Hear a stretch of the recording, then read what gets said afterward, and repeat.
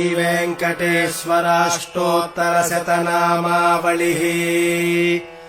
ॐ श्रीवेङ्कटेश्वराय नमः। ॐ श्रीनिवासाय नमः।